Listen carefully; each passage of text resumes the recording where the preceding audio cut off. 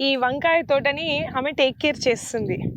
So మనం ఈ మధ్యలో చాలా ఫార్మింగ్ కోసం చూస్తున్నాము. అంటే మనం ఇంతకుముందు ఎపిసోడ్లో చూసుకున్నప్పుడు వీళ్ళ హస్బెండ్ విష్ణు గారిది మనం ఒకటి చూపించాము. ఏంటి, బీరది అండ్ సొరకాయది తోట డ్రిప్ సిస్టమ్ ద్వారా ఎలా పండిస్తున్నారు. సో తన వైఫ్ తను చదివింది బీటెక్.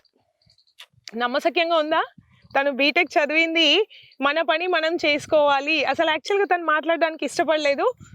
మేము బలవంతాన వదలకుండా లాక్కొచ్చేసినాం తనని. అయితే మా పనే కదండి మేము చేసుకుంటుంది అని అంది.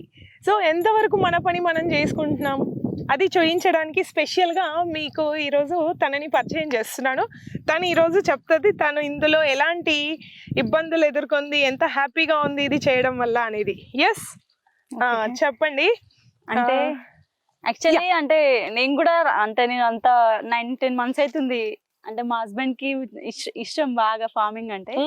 నేను అంత 9-10 months అవుతుంది అంటే వెళ్దాము అంటే కూలోళ్ళు ఎంత మటుకి కూలోళ్ళ మీద వదిలేస్తామని చెప్పి నేను 10 months నుండి రావడం స్టార్ట్ చేసిన. ఓకే, ఏంటంటే నాకు కూడా అనిపించింది ఇన్కమ్ బాగుంది.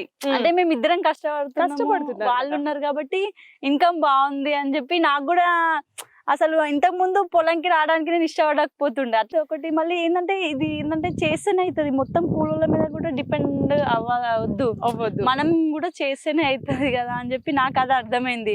నేను ఇప్పుడు 10 months అవుతుంది రెగ్యులర్ గా వస్తున్నా. ఓకే, మార్నింగ్ ఎప్పుడు వస్తారు? మార్నింగ్ అంటే మేము 8కే వచ్చేస్తామండి.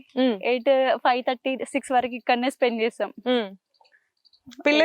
పిల్లలు మార్నింగ్ వాళ్ళు 8కి వెళ్ళిపోతారు, 7:45కి. పిల్లలు నాకు 2 ఆడపిల్లలు, పెద్ద పాప 5th, చిన్న పాప 3rd class. ఓకే, సో వాళ్ళు హ్యాపీగా ఫీల్ అవుతారా ఇక్కడికి రావడానికి? ఫీల్ అవుతారు. హాలిడేస్ వచ్చేస్తే పరిగెత్తుకొస్తారు.